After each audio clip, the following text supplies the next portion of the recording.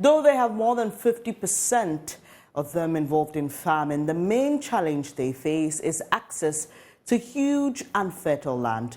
They're often allotted farmlands that are seen to be infertile. That is the challenge faced by women farmers in the Upper West region.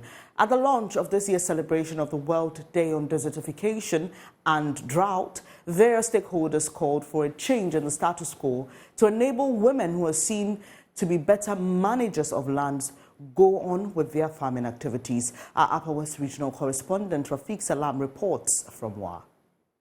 The specific objectives of the celebration is to raise public awareness on the underlying effect of desertification and drought, highlight efforts that are being made to combat desertification and drought, and inspire stakeholder support for the advancement of women's land rights. This year's celebration of the day is on the theme Her Land, Her Rights, Advancing Gender Equality and Land Restoration Goals. Speaking at the launch, Acting Upper West Regional Director of the Environmental Protection Agency, Emmanuel Luknuli, noted that the day is celebrated in June every year to raise public awareness of the effect of gender inequality on adoption of land restoration measures and to encourage stakeholder participation in line with restoration and sustainable land management to combat desertification and mitigate the effect of drought. Because women do not have adequate access to land and do not have secure land rights, they are often allocated parcels of land that are low in soil fertility. And they often have the fear of losing land when they manage it so well and revive the fertility. They have the fear of losing it to men. So once they do not have secure land rights to manage the land and to restore the fertility and use it continuously, they tend not to invest so much in restoring the infertile lands that are often allocated to them. And this is one of the issues that this year's celebration of the World Day to combat desertification tends to highlight. Because, as we all know, when women have adequate access to land and secure land rights, they tend to manage the land very well.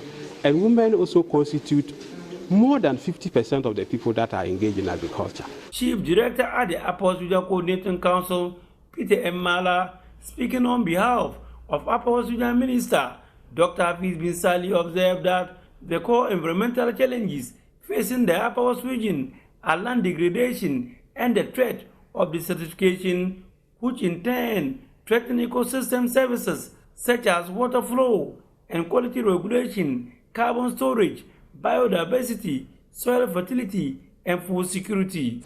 These problems are exacerbated by factors such as population pressure, illegal mining activities, unsustainable farming practices, deforestation, overgrazing, wildfires, soil nutrient attenuation caused by continuous cropping on marginal lands, and misuse of agrochemicals.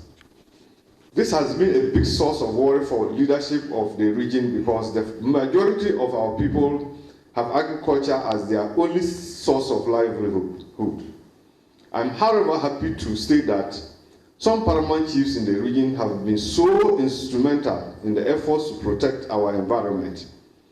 They have instituted bylaws in their paramountcies to discourage such burning and felling of economic trees for charcoal production, with very tough sanctions on offenders. While commending those chiefs for this laudable initiative to protect our environment, I want to call on the rest to emulate the shining examples of their peers. Some participants shared their thoughts on the day and the team. So moving forward, we will further engage. We've already had some engagement with the traditional leaders where we even drafted an MOU where some of the paramount chiefs even signed to it. So we are just going back to enhance that kind of collaboration and also go back to those documents and ensure that we are allowing women have access to the land and also have control over the lands. If we are doing this in a collaborative way, then it means that together we can address the issue of the measures are not actually working. And the more reason why the measures are not working has to do with what? The attitudes of human beings. Human beings appears not to what? They don't abide to laws, bylaws, etc. I personally think that, if we should do more, if we do more than what we have done so far, I think desertification as well as what? Drought can be curtailed. Reporting for J News, Rafik Salam. Wa